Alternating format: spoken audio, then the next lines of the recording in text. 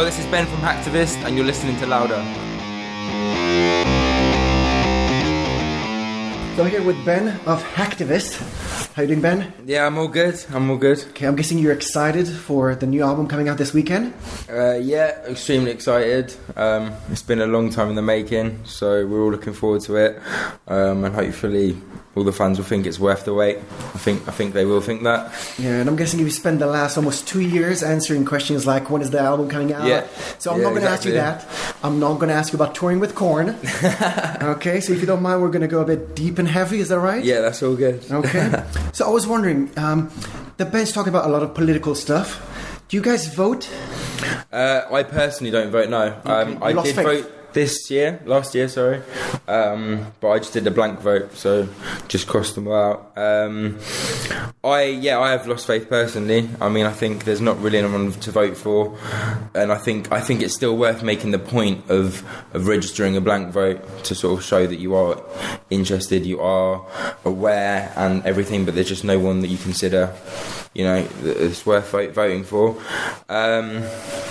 As far as the other boys are concerned, you'd have to ask them, but yeah, I personally just do a blank vote. Have you talked about it before the last election? Yeah, I mean, the Tory Party obviously stand out as the worst, but I think there's not enough difference in between the parties, and I think sort of legislations and whatever will be regardless of who's in charge.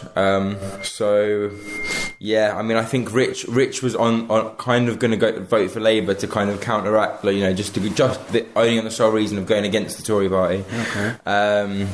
But I mean, like I said, I personally think even if it was to go that way, I still couldn't see the interest in being fully for the people. Have you lost faith completely in the system? Are you pro-energy now? Yeah, I've lost faith in the system completely. I think the way it's designed and the way it's set up is only beneficial for the few.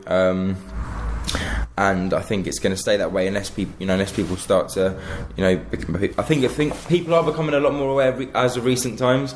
I think the internet's done a lot of good. It's obviously done some bad as well, but I think before information was obviously kept tight, and it was literally only the mainstream media that people could get information from. So I think because it's changed so much and anyone can put things online, I think that's definitely made people a lot more aware. So I think there is hope, there is a chance of things changing. But yeah, I think I've definitely lost hope in the system. So if you're put king for a day, what kind of system would you run? I don't think I'd like to be in the position of being a king, to be honest. But I mean, I think it would be more about communities getting together, and just the people's voice being heard and actually represented, rather than just a few people at the top who would say one thing and do another. And yeah, just get people's representation basically of what people actually want, and rather than being told what they want. So are you a communist? I wouldn't say I'm a communist, no. I mean, not Stalin's kind of communism. Yeah. Or Marx. But yeah, much more towards Marxism, than capitalist, definitely, yeah. And not to make it sound like you're all about talking, you guys supported Buzzy? How do you pronounce it? Buzzy. So it's kind of as if it's two Z's, but it's spelt with a SZ because it's a bus station as well, which is kind of where the term Buzzy came from. But yeah, Buzzy. So it's a local youth centre, mostly for skating. Yeah, so you spoiled the ending. But yeah, it used to be a youth centre in Milton Keynes. Yep. And you guys supported it staying open. And of course, as you said, it closed down. Yeah. So what were you doing for the local youth there, except for the song? What we did was personally, as a band front, we obviously did the song to obviously make awareness of it. I mean, we had the idea anyway of doing a music video there, and then we obviously heard the talks of it getting shut down, so that gave us even more drive to do the video there. And there was a couple of massive group meetings where they had the council there, they had people representing the Buzzy, and a lot of our friends were there, putting the case forward, but it was unheard. But I mean, they used to put youth projects on for kids with mental problems or behaviour problems. My mate used to work there, and he'd take them out bowling, or he'd take them out, to teach them graffiti or anything like that. So they used to run those things. They used to have like boxing there, anything really. A lot of it was to get kids off the streets, and some of it was just to help people out who are disabled or whatever. So it was a really good place. It was run really well, and they've obviously got the skate park there as well, which apparently they want to close off as well. I don't know how they'll actually achieve that, but it's a shame. It is a shame because there's not that many things really Milton Keynes that are similar. So I mean, obviously, like budget cuts and everything and this is a direct result of it, which is a shame because they did a lot of good for a lot of people there. So we're gonna stop being dark and deep, and let's talk about some music. Okay, so the band kind of mixes rap and gent and hardcore and everything. Do you think it makes it a bit easier for fans to relate? Yeah, well, I think our fans definitely. I mean, some people don't like the mix, but that's understandable because it is not to everyone's taste. So how about people that have just got introduced to the music? So yeah, I'm into hardcore, but not into rapping, so I'm gonna get kind of into that part of your music. I think that happens. I mean, a lot of people who come to our shows, when we're chatting to them, we normally hang out with our fans afterwards and everything at the merch stall or whatever, and a lot of people have never been to a metal show before, and they come to our gigs, and then the other way around as well. So a lot of people who would never go to like a rap gig or whatever will come. So we're definitely bridging the gap. A lot of people are digging Hacktivist who wouldn't normally listen to certain elements that we have, and it's actually brought them to then start listening to grime or start listening to hardcore or whatever. So even though there are some people who are turned off by certain elements, there's way more people who are actually bridging the gaps between the genres, and then actually going to listening to more music after listening to Hacktivist, because it's sort of, I don't know, maybe bridge the gap in their own mentality of what they listen to, I think. So do you feel it's some sort of a purpose to bridge between the different kinds of fans? I wouldn't say it's a purpose, but it's like a result of what we've done. I don't think we ever set out with a direct purpose or anything. Everything just sort of evolved the way it did, but it's definitely a good feeling and good to know that is what we're doing, and opening people's minds up to different music tastes. Definitely, yeah. And the album includes the new version of Deceive and Defy. Yeah. Why is there a new version and not the old one? You even replaced the guest star on it. Well, we redid every song for the album. So I mean, Elevate and False Idols are also revamped up. I mean, to me, obviously we wrote these songs a long time ago, but to me, even though it's the same song, it still feels a lot fresher. It feels really fresh, and everything just sounds better. Obviously, we've had years now of touring these songs, so we've got them nailed, and I think there's a bit of a sort of newer twist to the songs.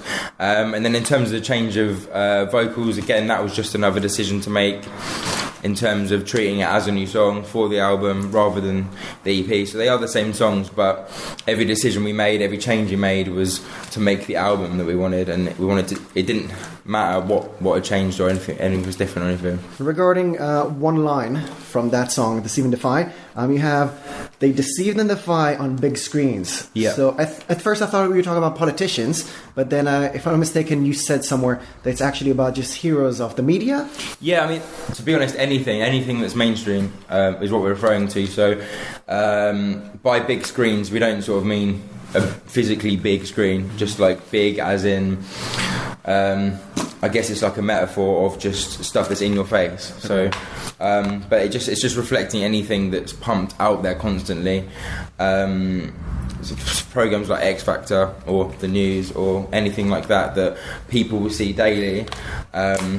But yeah, there's a lot of deception, a lot of lies, a lot of, I mean, reality TV, that's all false. And again, I know it's radio and it's audio, but the same thing with the radio, and you hear the same songs over and over and over and over again. So it's kind of just an attack on anything sort of this mainstream, which I think a lot of people wouldn't connect to if it wasn't pumped into their brains on a daily basis.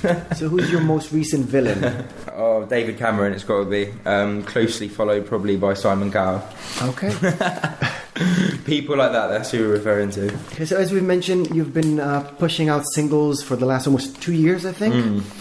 Maybe. I think The Sieve and the Fire was released around 2013. Yeah, I think so. So how does it feel as a band to finally put the album out this weekend? Incredible. Yeah, incredible. We've all waited for this for so long. It's been a massive adventure the last few years, and we've done so many gigs and everything, and obviously the studio element and album element has kind of unintentionally sort of been pushed to one side while we're catching up on everything. So to actually get it out there and, you know, actually hold it in your hand is amazing. Yeah, definitely. Of course, also share with the fans that have been demanding. Yeah, exactly. Everyone can stop. I'm waiting to see how long it's going to take before everyone's commenting saying when the album 2's out, and then that will last for however long. But now we'll definitely get the second album out a lot quicker. And we've already started getting ideas thrown about already. So. And one final question: on your Facebook page, one of the descriptions of the band starts with "There's safety in numbers," and then there's a but. So do you guys feel like you're going against the stream and maybe losing some fans, friends, family support? Anything? No, I think it's just obviously the more people you pick up on the way, people also drop off as well. So I think it's friends and family, they're all supporting. It's more aimed at I'm trying to think of how that line even finishes. It goes about being authentic and kind of following what you believe in, instead of just enjoying the power of the masses, because sometimes they might be wrong. Okay, yeah, I understand. I guess it's more important to have a strong passion and real feel behind something rather than it being obviously to mass appeal. And I think it's also like strength within. It's just like strength, within yourself and within your beliefs, rather than just something that's automatically picked up as accessible or whatever. So do you feel like sometimes that inner strength makes you a bit more alone? No, I think it just overpowers any meaning of anything that's statistical or anything like that. Do you have anything else to add to fans, family, friends, whoever's listening? Just keep following us, and thanks for all the support up to this date, and obviously thanks for waiting and being patient with Hacktivist. And album 2 is going to be, we're going to start writing that soon, and we're going to be constantly touring outside the box this year and hitting up all the festivals. So yeah, just keep your eyes peeled. Hacktivist.uk.com. Okay, Ben of Hacktivist, thank you very much. No worries.